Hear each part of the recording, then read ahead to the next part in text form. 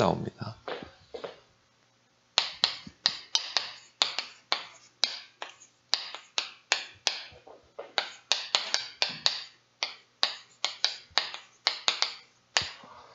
바울은 1차, 2차 이렇게 전도여행을 하고 또 오늘 본문에서부터 보면 이 3차 전도여행을 하는 것을 보게 됩니다. 그래서 이 바울은 그때 당시에 이런 비행기가 없기 때문에 걸어서 또 배를 타고 낙타를 타고 이런 그 지역 소아시아 또 마게도냐, 바울이 돌았던 지역은 다 소아시아 또 마게도냐 지역이거든요. 이걸요 1차에 거쳐서 또 1차 이 선교 전도여행을 하고 나서 또 예루살렘 교회 보고하고 또 2차 선교여행을 하고 또 보고하고 3차 또 전도여행을 떠나고 보고한 후에 이제 이 바울이 이제 로마를 향해서 가게 되죠. 그게 이제 바울의 이 전도 사역입니다. 그래서 1차 전도여행은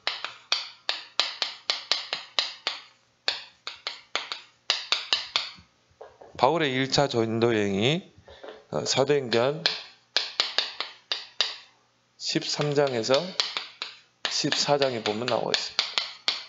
여러분들이 그 바울의 그 전도 여행을 했던 그 지도를 한번 이렇게 인터넷 보면 잘 나와 있습니다. 그래서 바울의 1차 전도여행, 2차 전도여행, 3차 전도여행 이렇게 인터넷 쳐보면 그 지도가 나와요. 바울이 어떻게 이 전도 사역을 했는지. 그래서 1차 전도여행은 거의 소아시아 중심으로 하고 2차 전도여행은 이제 소아시아를 거쳐서 마게도냐 지역으로. 그리고 이제 3차 전도여행은 자신이 지나갔던 그 전도 그 현장을 다시 이제 재방문해서 이제 그 교회들을 굳게 세우는 그런 굳히는 사역을 하는 걸 보게 됩니다. 그래서 이 사도행전 13장, 14장에 보면 이 바울이 이제 전도팀이 딱 구성이 되죠.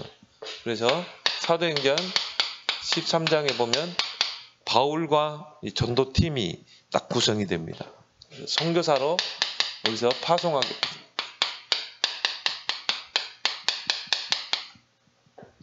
두 핵심 인물이 이제 바나바와 바울 이렇게 해서 선교사로 이제 성령 인도 받아 파송됩니다. 그렇게 해서 첫 번째로 간 섬이 바로 이제 구브로 섬이죠.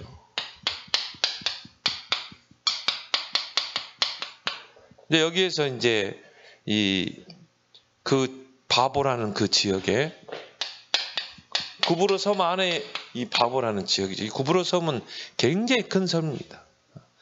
근데 거기에 이제 바보라는 지역에 이제 이 엘루마가 무당이 이 복음을 방해하잖아요. 그래서 바울이 그 흑암을 꺾고 만난 인물이 누굽니까? 바로 총독이죠.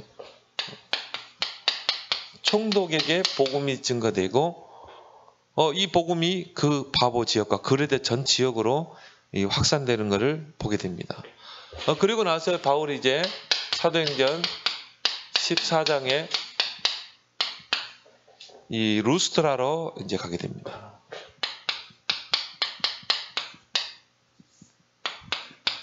이제 거기에서 이제 바울이 이 복음 전하다가 이제 유대인들이 이 충동을 일으켜가지고 돌로 쳐가지고 거의 반 죽은 상태로 성 밖으로 던져지죠.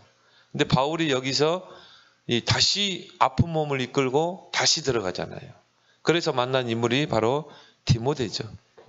그렇게 해서 이제 바울이 1차 전도여행을 끝내고 예루살렘에 돌아와서 예루살렘 교회에 이제 이렇게 보고하죠. 그리고 이제 바울이 또 2차 전도여행을 준비합니다. 그래서 2차 전도여행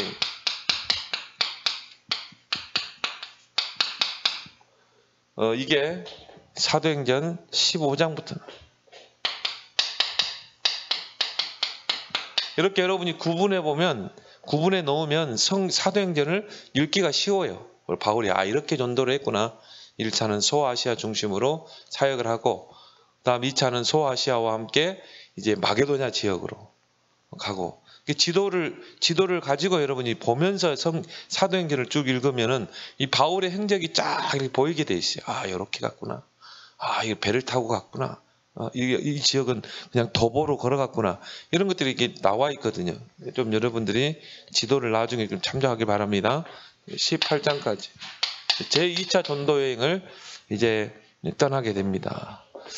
사도행전 15장에 보면 이제 팀 가지고 이 바나바와 바울이 이제 다투는 장면이 나오죠.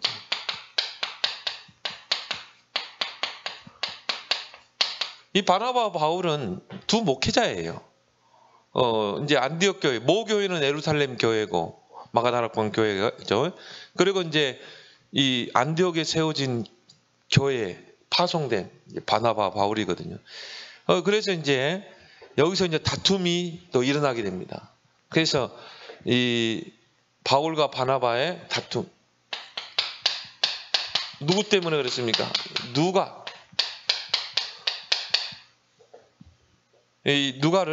마가죠, 마가. 누가가 아니라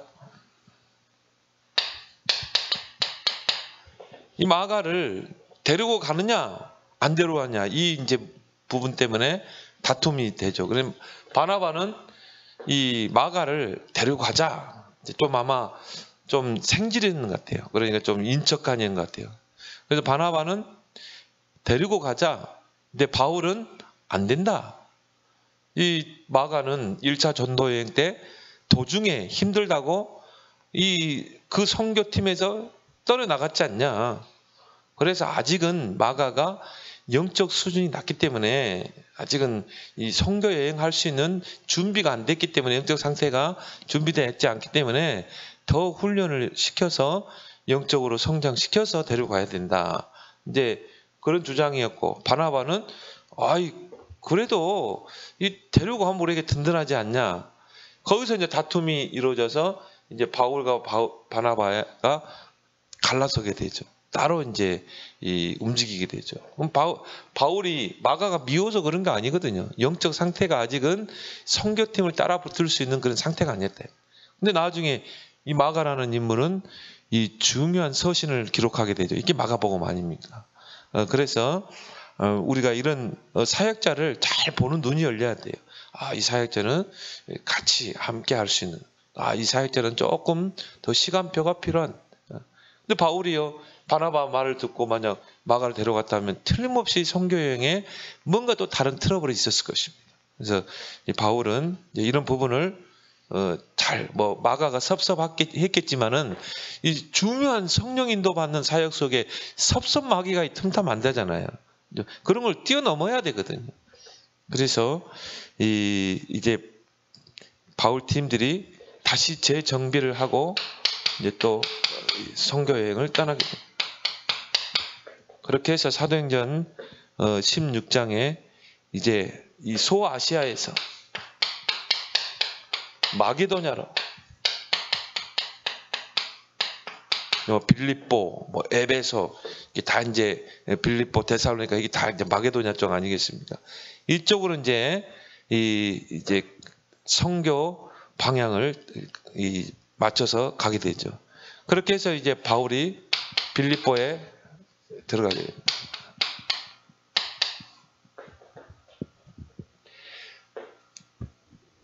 이 빌립보는 이제 마게도냐의 첫 성이라고 그랬거든요. 그래서 거기에서 만난 인물이 누굽니까? 루디아죠. 루디아 중심으로 이제 시스템이 딱 세워집니다. 그리고 이제 사도행전 17장에 보면 데살로니가 나오죠.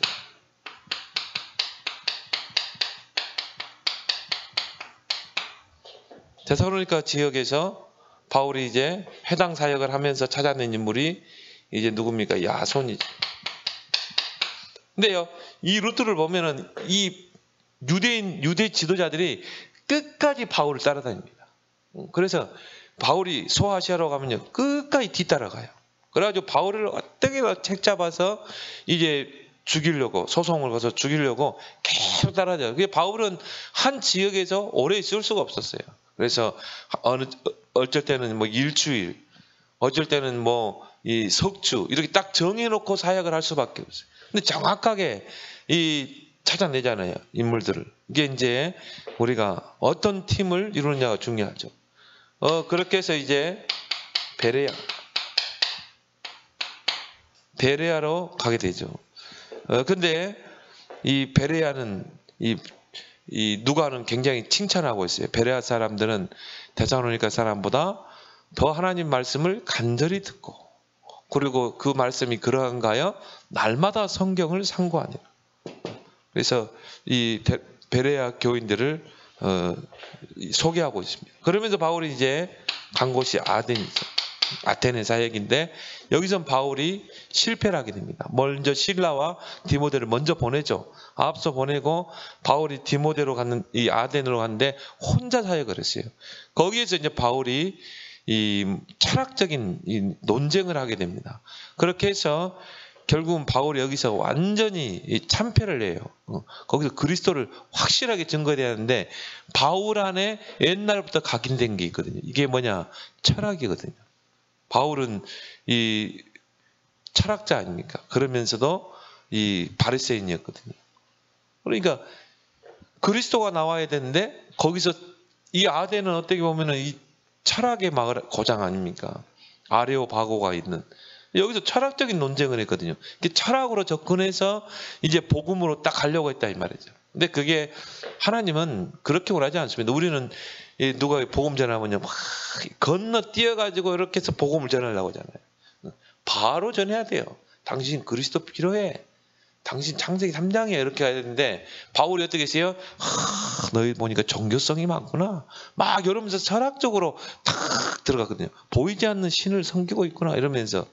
그러니까 결국은 바울이 여기서 이제 전도에 실패하고 고린도로 넘어가요.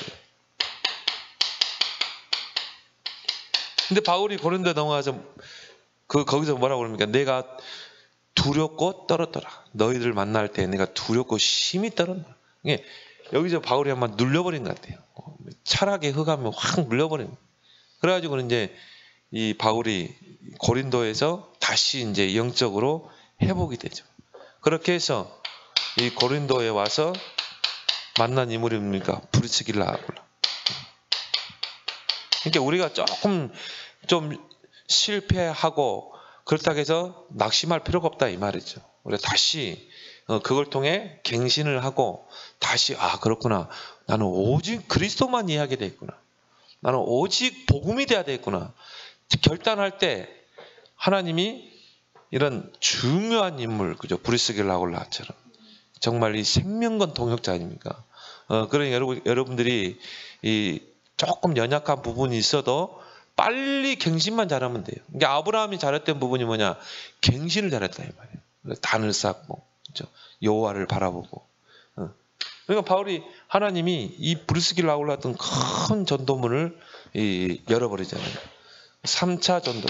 그렇게 해서 바울이 또 이 복귀를 예루살렘으로 와서 또 선교 보고를 하게 되고, 그리고 이제 오늘 본문에 이제 보면 제 3차 전도 여행을 또 팀을 이뤄서 가게 됩니다. 그래서 여기 보면은 여러 인물들이 나옵니다. 사도행 18장에서부터 21장까지 보면 바울이 그동안 갔던 그 루트를 다시 갑니다. 그래서 그가 세웠던 사역자들을 다시 굳게 세우는 시스템을 굳게 하는. 그리고 이제 바울은 이제 로마를 향해 가야 되거든요. 그러니까 이제 이 3차 여행 때는 그동안 그가 만났던 제자들 또 시스템을 굳게 세우는 그 사역을 쭉 소아시아를 거쳐서 마게도냐로 이렇게 해서 쭉 갔다가 다시 마게도냐에서 소아시아로 이렇게 해서 에베소를 거쳐서 이제 이 예루살렘으로 돌아오게 되죠. 그래서 그 중에 이제 성경에 가장 큰 사역이 사도행전 19장에 보면 에베소 사역이죠. 여기는 바울이 2년을 머물렀어요. 왜? 여기는 소아시아의 굉장히 중요한 지역이거든요. 그래서 결국은 이 바울이 이 3차, 1차, 2차, 3차 전도 여행을 하고 이제 예배소 사역 딱 끝나고 모든 바울의 제자들은 사역이 여기서 끝날 줄 알았거든요. 근데 바울이 사도행전 19장 21절 뭐라고 그랬어요? 로마도 보아라. 바울의 사역은 진짜 사역은 남아 있었어요. 그게 바로 이제 로마를 가는 거죠. 그러면 로마를 향해 가려면 예루살렘으로 가야 돼요. 내가 볼 때는 바울이 이 유대인에게 잡히러 간 것 같아요. 그래서 이 예루살렘에는 막 이 유대 종교 지도자들이 눈이 시퍼래 가지고 바울을 잡으려고 딱 기다리고 있다는 말이에요. 그래서 이 어떤 선지자가 나타나서요, 막 액션을 취하죠. 막 이 동파줄로 사람을 칭칭 감고. 근데 바울이 그렇게 된다 이 말이죠. 예언을 했다 이 말이에요. 근데 그렇게 제자들이 가면 안 됩니다. 만류하죠. 예루살렘을 가면 안 된다. 그때 이제 그 유명한 말을 하죠. 나의 달려갈 길과 주 예수께 받은 그 은혜의 복음 증거하는 일에는 나의 생명을 조금 더 귀한 것을. 근데 바울은요, 잡히러 간 거예요. 그래야 이제 그때 로마 시민권을 꺼내서 나는 가이사 앞에 상소하겠다. 그래 로마를 향해 가거든요. 아니나 다를까 예루살렘에 가니까는 막 이제 붙잡잖아요. 바울을. 그렇게 해서 막 감옥에 가두고. 그래서 이제 바울이 그때 로마 시민권을 딱 들이밀죠. 이 전까지는 절대 로마 시민권을 내밀지 않았거든요. 그러면서 나 로마 시민권자야. 나는 니들 앞에서 재판받지 않을 거야. 나는 유대 이 공회에서 나는 재판받지 않을 거야. 나는 로마 시민이기 때문에 가이사 황제 앞에 나는 가서 로마에 가서 나는 이게 상소할 거야. 그래서 이제 어떻게 합니까? 이제 이 바울이 제수의 몸으로 이 알렉산드리아 호를 타고 이 로마를 향해서 가잖아요. 그게 이제 또 어떤 신학자들은 그걸 4차 전도 여행으로 봅니다. 4차 전도 여행으로. 그래서 로마에서 이제 붙잡히게 되죠. 이런 것들을 여러분이 좀 보고 또 여기 다른 이제 지도도 한번 보면서요. 아, 1차 전도 여행은 이런 루트를 가지고 사역을 했구나. 그러면 성경이 확 들어오게 돼요. 사도행전 2차, 3차 이것들을 잘 참조하길 바랍니다. 그래서 오늘은 이제 3차 전도 여행을 우리가 보게 됩니다. 그래서 바울과 함께한 그 사역자들이 나와요. 3차 여행.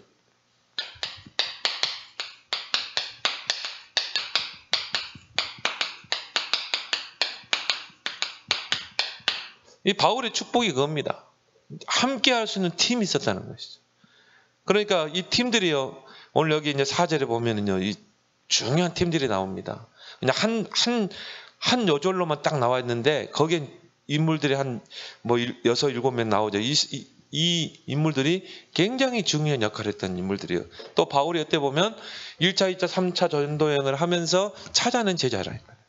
이 제자들이 이제 아시아까지 함께 가고, 이 중에 이제 몇 사람은 로마까지 같이 갑니다. 로마 감옥에까지 같이 들어가고.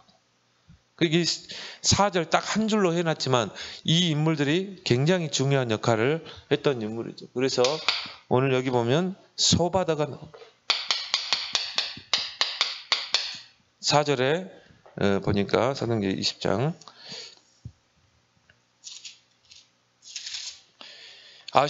아시아까지 함께 가는 자는 베레아 사람 두로의 아들 소바다와 데살로니가 사람 아리스타고와 또 세군도와 더베 사람 가이오와 및 디모데와 아시아 사람 두기오와 드로비모라. 그렇죠. 그들은 먼저 가서 드로아에서 우리를 기다리더라. 그래서 여기에 이제 소바다가 나오죠. 이 사람은 베레아 출신입니다. 베레아면 어디입니까? 여기잖아요. 바울이 2차 전도여행 때 이 데살로니가에서 복음을 전하고, 여기서 이제 이 야손이 미리 바울을 피신시키잖아요. 그래서 바울이 여기서 도망쳐서 간 게 베레아거든요. 근데 베레아에서 거기서 복음 전했는데 거기서 이 복음을 받은 인물이 누굽니까? 오늘 소바다라 이 말이에요. 근데 오늘 여기 보니까 이 소바다를 어떻게 표현하고 있습니까? 부로의 아들 소바다. 그러니까 아버지를 이름을 소개했다는 것은 그 아버지의 신앙이 좋았기 때문에 그래요. 그래서 이 디모데를 이야기할 때도 그 외조모와 어머니 이름을 이야기해요. 로이스와 유니게를 이야기하잖아요. 그 말은 이 디모데의 그 신앙이 그 외조모부터 외할머니와 어머니를 통해서 왔다 이 말이에요. 그래서 그 어머니와 외조모 이름을 넣는 거는 그만큼 신앙에 공헌이 있었다 이 말이죠. 오늘 여기 보면 소바더에 대해서 소개를 하면서 베레아 사람 이 부로의 아들 그랬죠. 부로라는 그 이름이 나오잖아요. 그 아버지의 이름이. 그 말은 이 사람도 이 복음을 받고 이 베레아 지역의 중요한 역할을 했다는 것입니다. 그 신앙이 이제 이 소바더에게 또 임했고요. 그래서 로마서 16장 21절에 보면 이 바울이 로마서에 이 바울과 함께 중요한 사역을 했던 그 일꾼들을 별명을 붙여서 이 소개하는데 거기 보면 나의 친척 누기오와 야손과 소시바더 그렇죠. 친척으로 표현했어요. 그 말은 뭡니까?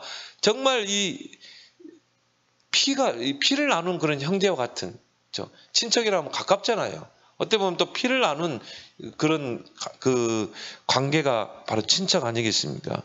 그만큼 친척과 같은 역할을 이 소시바더가 바로 했다는 것이죠. 두 번째 보면 아리스타고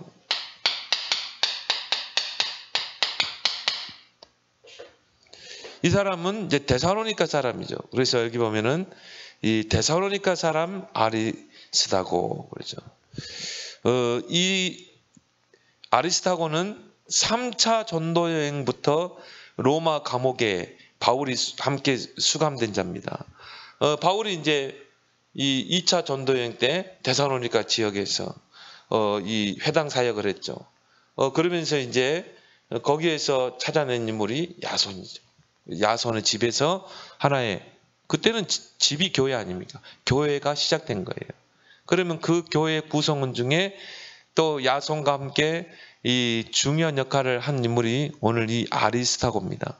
바울이 거기서 야손과 함께 아리스타고를 딱 찾아낸 거예요. 근데 이 사람은 이 바울의 3차 전도 여행에 같이 따라붙습니다. 같이 따라붙어서 소아시아까지 가게 되고 또 바울이 로마에서 가서 감옥에 수감될 때 같이 수감이 됐어요. 그래서 바울의 손과 발이 됐던 거예요. 중요한 역할을 했던 사람이죠. 그래서 바울은 골로새 4장 10절에 나와 함께 갇힌 아리스타고 이러거든요. 그러니까 그 로마의 지하 감옥에 얼마나 춥겠습니까?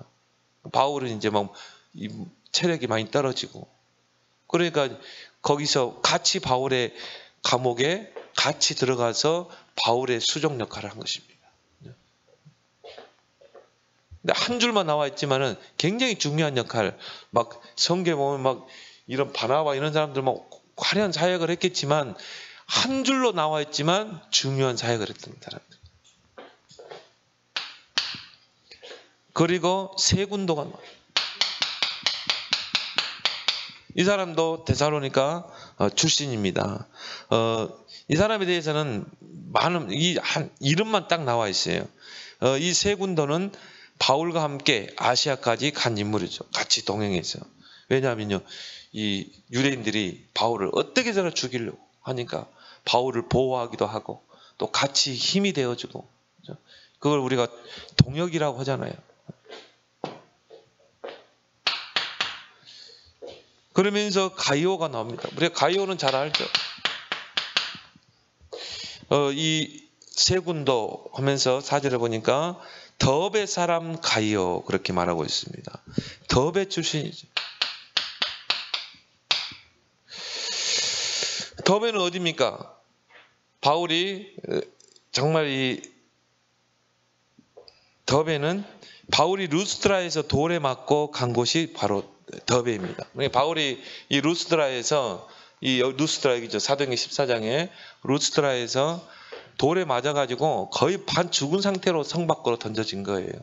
근데 바울이 그 몸을 이끌고 다시 들어가서 디모데를 세우고 나옵니다. 그렇게 해서 정말 그 아픈 몸을 이끌고 바울이 우리 같으면 어떻게 해요? 아이고 막 알아 누르고 그러잖아요. 이제 나는 사역 못해.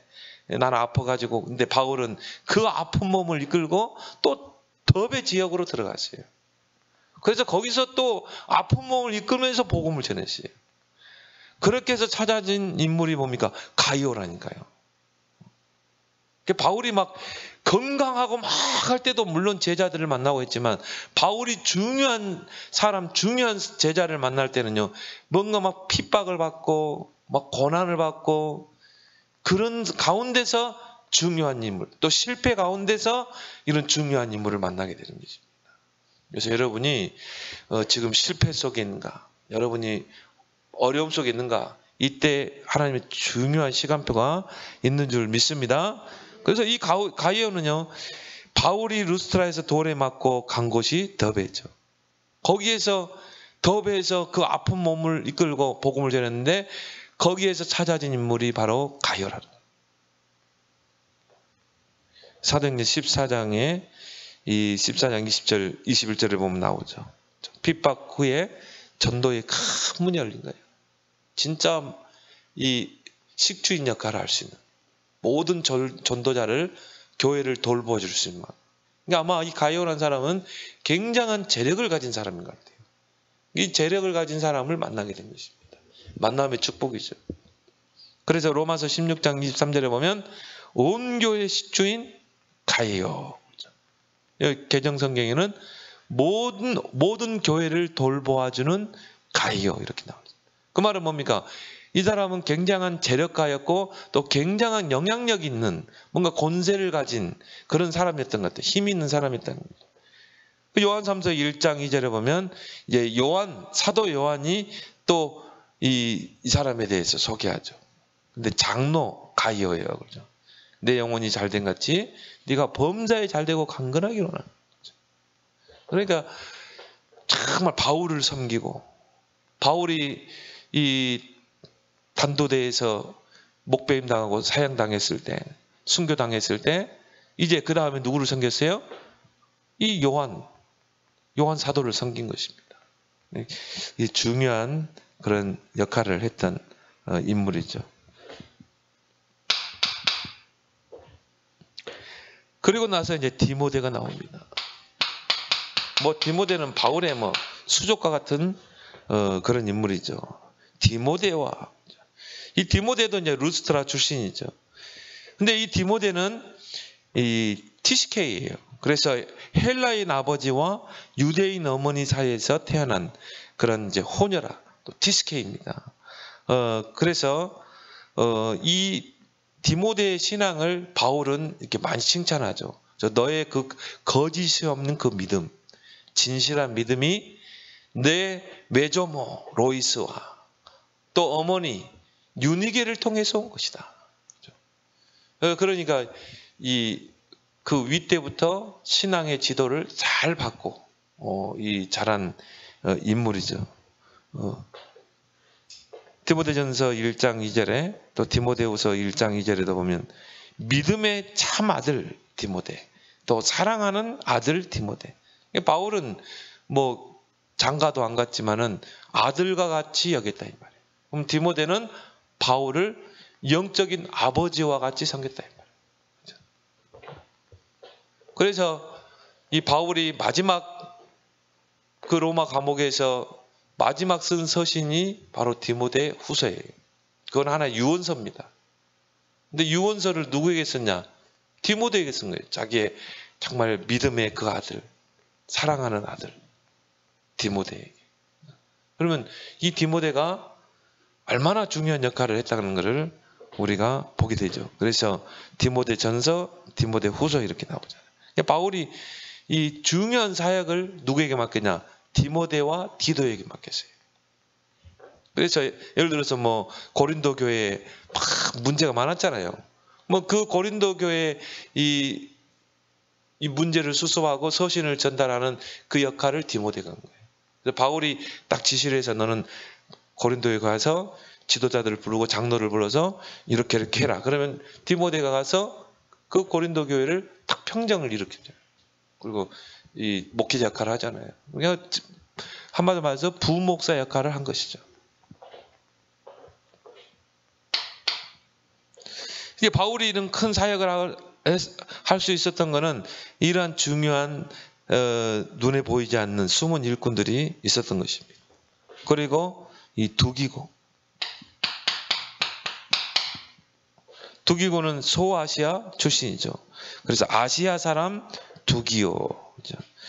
이 사람은 바울과 전도팀의 사정을 소아시아 모든 교회에 알린 자입니다. 그래서 에베소 6장에도 보면 또 골로새 4장에 보면은 이 우리의 사정을 너희에게 전하는 자, 나의 사정을 또 너희에게 전한 자, 이런 이제 표현들이 많이 나오거든요. 그러니까 이 두기고는 이 중요한 언약을 전달하는 그 역할을 했어요. 그래서 이 골로새 교회에 서신을 전달했고, 이게 골로새서죠. 그리고 에베소 교회에 서신을 전달하는 역할을 했어요. 이게 바로 이제 에베소서 아닙니까? 그리고 디모데 전서를 전달했더니 디모데에게. 그러니까 이 중요한 이 복음이 들어있는 그 서신을 이 누구에게 전달하겠어요? 그렇죠? 중요한 사람에게 전달하죠. 그냥 책임감 없는 사람에게 전달하면요, 누구 말대로 너 이거 심부름하면, 이거 전달하면 내가 돈 줄게, 맛있는 거 사 먹어 줄게. 근데 이 뭐 전달하는 내용은 관심 없고 먹는 거에만 관심이 그러면 되겠어요? 그렇죠? 한마디로 이 두기고는 책임감을 가지고, 뭐 그때는 뭐 비행기가 있겠습니까? 뭐 자동차가 있겠습니까? 그러면 다 걸어서 가세요. 걸어서 배로 낙타를 타고, 그 지역이 얼마나 덥고 춥고 한 지역입니까? 그런데 이런 언약 전달,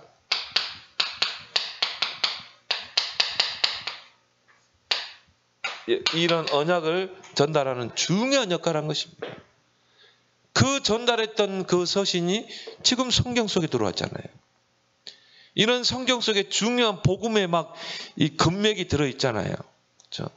그런데 여기에 중요한 역할을 이 두기고가 했다는 것입니다. 한마디로 영적 통신망의 역할을 한 것입니다.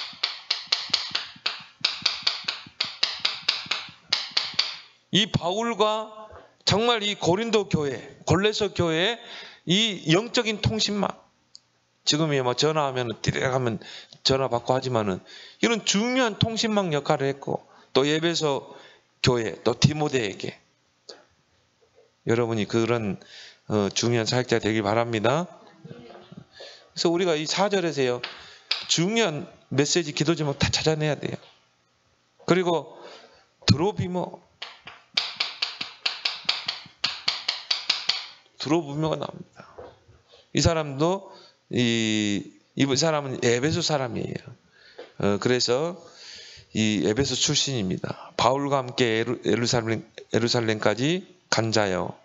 또 이 사람은 이 디모데후서 4장에 보면 이 바울과 함께 같이 따라다니며 사역하다 병이 들었어요.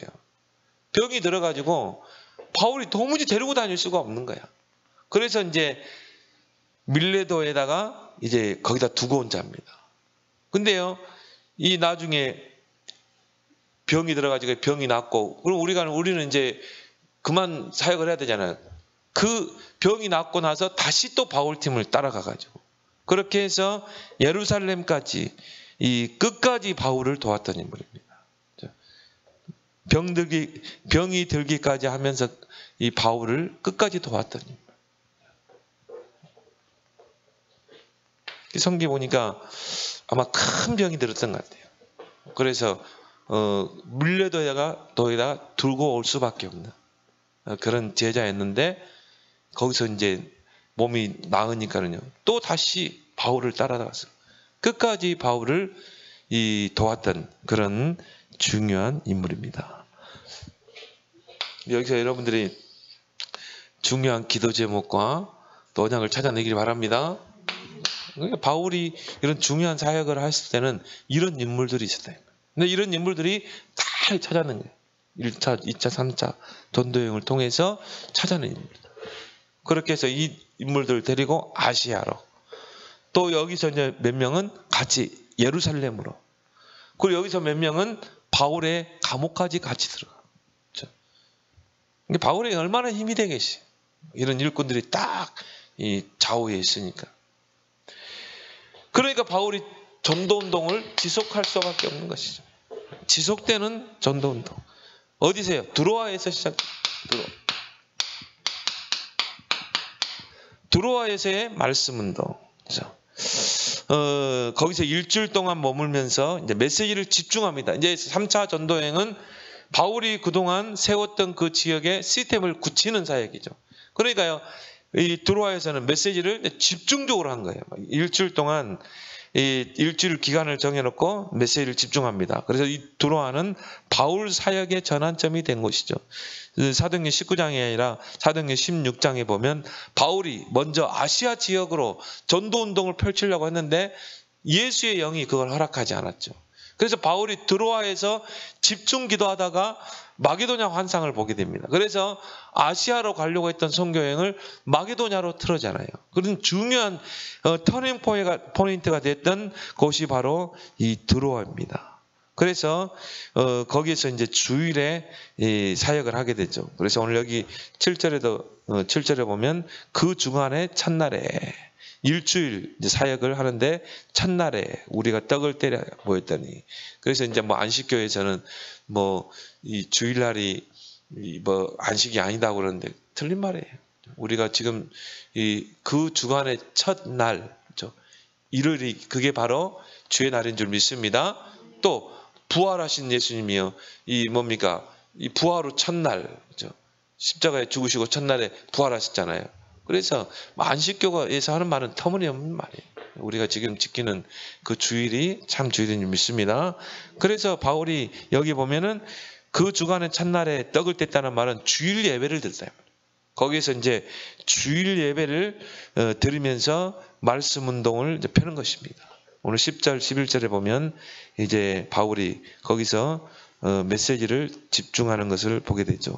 근데 이제 거기에 이 두기고라는 청년이 이제 이렇게 메시지를 듣다가 이제 바울이 일주일 동안 해야 되니까 일주일에 모든 메시지, 뭐 사역자 메시지, 기초 메시지도 했겠죠. 기초 메시지, 뭐 사역자 메시지, 또 뭐 핵심 메시지 다 했겠죠. 그런 시스템을 이제 굳히고 다른 쪽으로 옮겨야 되기 때문에. 그러니까는 뭐 집중을 하는데요. 오늘 뭐 7절에 보니까 이 이튿날 떠나고자 하여 그들에게 강론하였으에 말을 밤중까지 계속하며 윗다락에 등불이 켜졌고 유두고라는 청년이 창에 걸터 앉다가 너무 졸려가지고 이 바울이 강론하기를 오래 하니까 졸음을 이기지 못하고 3층에서 떨어졌다니까. 우리 교회 3층이잖아요. 여기서 떨어진 거야, 밑으로. 못되게 되겠어요. 반 죽겠죠. 그래서 떨어진지라 일으켜 보니 죽었는지라. 그렇죠. 근데 이제 어떤 그 신학자들은 봐라, 목사님 설교를 그래요. 봐라, 예배 시간에 졸면 안 돼. 졸면은 저렇게 떨어져. 막 그러면서 이 친구는 유두고는 영적으로 이 황폐된 자야. 막 그러면서 이제 막 교인들을 막 치거든요. 총 나가고 칼 나가고. 근데 그거는 틀린 해석이에요. 틀린 해석이에요. 근데 그걸 보고 바울이 뛰쳐갔거든요. 강의하다가 뛰쳐갔어요. 바울이 강의하다가 깜짝 놀라가지고 바울이 내려가서 그 위에 엎드려 그 몸을 안고 말하되 떨지 마라, 생명이 그에게 있다 하고 올라가 떡을 떼어 먹고 오랫동안. 근데 살아났거든요. 근데 유두고가 살아났는데 사람들이 살아난 청년을 데리고 가서 적지 않게 위로를 받았다. 그러니까 성경을 잘 해석해야 돼요. 이 친구가 영적으로 다운돼 가지고 졸다가 떨어진 게 아니라 이 유두고라는 이 사람의 그 이름이 뭐냐면은 이름이 바로 행운입니다. 행운. 근데 이 유두고라는 그 이름은 당시에 노예들이 사용하던 이름이에요. 그러니까 이 유두고는 노예였다 이 말이에요. 그래서 노예는 뭡니까? 낮에는 온종일 일해야 돼요. 온종일 노동을 하다가 얼마나 피곤하겠어요. 그 피곤한 몸을 이끌고 밤에 와서 주일을 섬긴 거예요. 아침부터. 바울이 뭐 아침부터 저녁까지 한 것 같아요. 밤을 새워서 한 것 같아요. 그럼 얼마나 졸리겠어요. 피곤하고. 이제 그래가지고 막 그거를 뭐 이기지 못해서 떨어진 거예요. 그렇게 봐야지 뭐 유두고는 뭐 영적으로 뭐 너무 침체돼 가지고 뭐 교인들 그거 가지고 그렇게 해석을 하면 안 된다 이 말이에요. 그만큼 이 사람들이 말씀을 간절히 사모했고 그 말씀에 집중했다는 그런 의미인 줄 믿습니다. 그래서 바울이 세운 교회와 제자들을 굳게 하는 사역을, 결국은 시스템을 세워야 돼. 무너지지 않는 시스템. 이제 바울은 이제 자기는 2번 다시 이 지역으로 못 온다는 걸 알았어요. 바울은 이제 로마로 가야 되겠대. 그러니까요, 바울의 때문에 마지막 사역이잖아요. 얼마나 간절했겠어요. 그래서 마게도냐에서 소아시아까지 다니면서 이제 이 세웠던 교회들을 굳건히 하는 시스템을 굳건히 하는 그런 사역을 하게 됩니다. 그런 사역을 통해서 세워진 교회가 소아시아 7교회라는 거예요. 그게 이제 요한계시록에 보면 나오죠. 여기에 바울의 발자취가 있었던 것입니다. 이 사람들이 바로 흩어져서 그 아시아 지역 7개 지역에서 교회를 세운 거예요. 거기에 보면 이제 에베소 교회도 나오죠. 그리고 이제 빌라델비아 교회가 나오고. 근데 그 바울의 공적이지만 거기에는 이런 일꾼들이 있었다면, 숨은 일꾼들이. 그리고 이제 오순절 예루살렘 사역을 계획하게 되죠. 오순절에 맞춰서 바울이 이제 예루살렘으로 들어가려고 합니다. 근데 예루살렘에는 이제 유대 쪽 이 지도자들이 바울을 기다리고 있어요. 탁 오면 붙잡으려고. 근데 바울은 한마디로 불구덩이에 들어간 거거든. 이리들 앞에 들어간 거예요. 그래서 이제 오늘 여기 16절에 보면 나오죠. 바울이 아시아에서 지체하지 않기 위하여 에베소를 지나 배 타고 가기로 작정하였으니 이는 될 수 있는 대로 오순절 안에 예루살렘에 이르려고 급히 가미라. 그 타이밍을 놓치지 않으려고. 왜 그래요? 오순절 하면 중요하잖아요. 전 세계 유대인들이 모이는 날. 그것도 뭐 경건한 유대인들이 모이는 날. 오순절 절기를 지키기 위해서 모인 날. 바울이 이 예루살렘을 오순절에 맞춰서 가려고 하는 것은 그 오순절에 있었던 역사를 알고 있었던 거예요, 바울은. 이미 알고 있었겠죠? 거기를 목격한 사람이 이야기했겠죠. 그러니까 바울이 그 타이밍에 맞춰서 가려고 한 것입니다. 그래서 밀레도에서 에베소 교회 장로들을 초청합니다. 바울이 그냥 오면 되는데 밀레도에서 에베소까지는 못 가고 아마 거기에는 이제 유대인들이 바울을 잡으려고 딱 기다리고 있었던 것 같아요. 그래서 에베소를 못 가고 그 에베소를 목전했던 밀레도에서 이제 바울이 에베소 교회 장로들을 초청합니다. 바울이 그래도 가장 이 애착심을 가졌던 게 에베소였던 것 같아요. 왜냐하면 에베소에서 2년 사역을 했거든요. 거기서 뭐 어마어마한 사역을 했잖아요.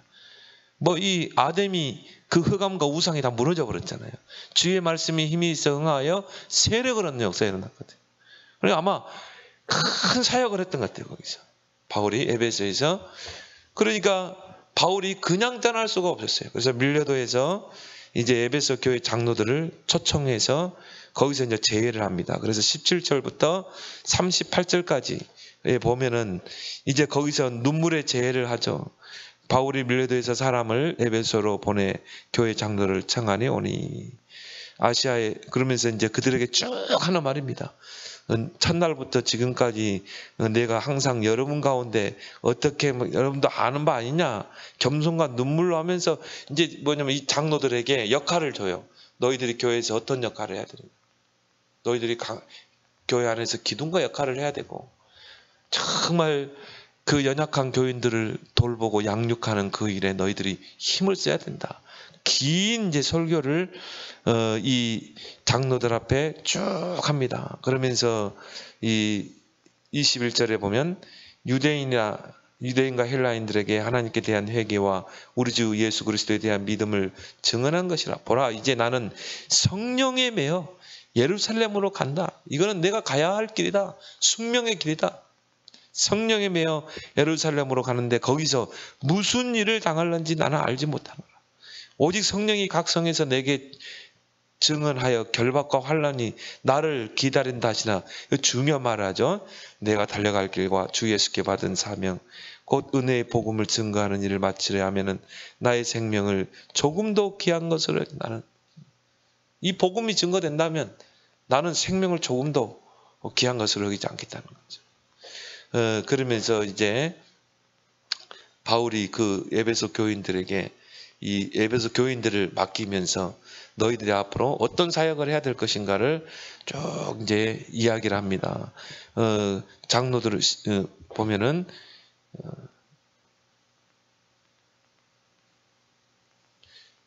여기 이제 32절에 보면 지금 내가 여러분을 주와 및 그 은혜의 말씀에 부탁하노니 그 말씀이 여러분을 능히 든든히 세우사 거룩하게 하심을 입은 모든 자 가운데 기업이 있게 하시니라. 또 35절에 범사에 여러분에게 모범을 보여준 바와 같이 수고하여 약한 사람들을 돕고, 장로가 할 일이 뭐예요? 정말 약한 사람을 도와라. 약한 교인들을 도와라. 또 예수께서 친히 말씀하신 바 주는 것이 받는 것도 복이 있다 하심을 기억해야 할 것이다. 이제 장로들이 그 에베소 교회에서 해야 될 사명을 쭉 이야기하면서 이제 36절에 이 말을 한 후 무릎 꿇고 그 모든 사람과 함께 기도하니 다 크게 울며 바울의 목을 안고 입을 맞추고 다시 그 얼굴을 보지 못하리라 한 말로 말미암아 더욱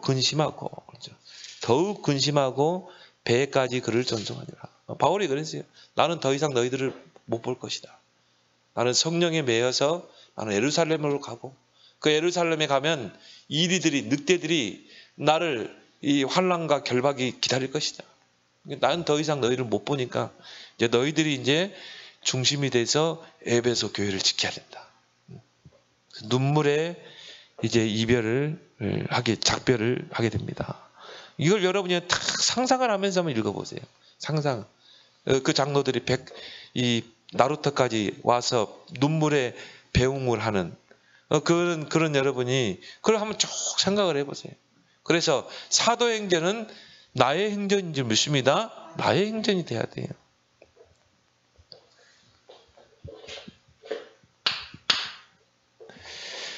복음의 생명 걸고 교회를 세울 중직자를 세워라.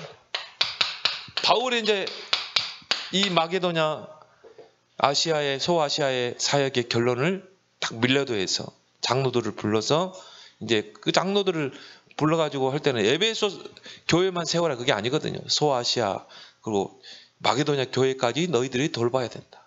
아마 장로들을 많이 세웠던 것 같아요. 그러면 우리는 이제 이런 복음의 생명 걸고 교회를 세울 중직자를 세워야 되는데 장로는 바로 교인의 대표입니다. 교회 대표는 목사라면 교인의 대표는 바로 장로예요.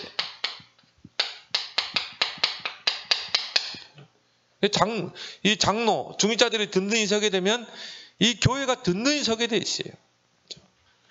그래서 세 가지 사명이 있죠. 언약 전달자. 아까 누구처럼 정말이 더디어처럼 언약 전달자. 또 중간 사역자.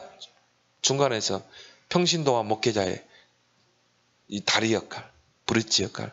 현장과 교회의 다리 역할. 그죠? 이게 바로 중간 사역이죠. 지역 사랑관, 한 지역을 살리고 한 선교지를 살릴 만큼.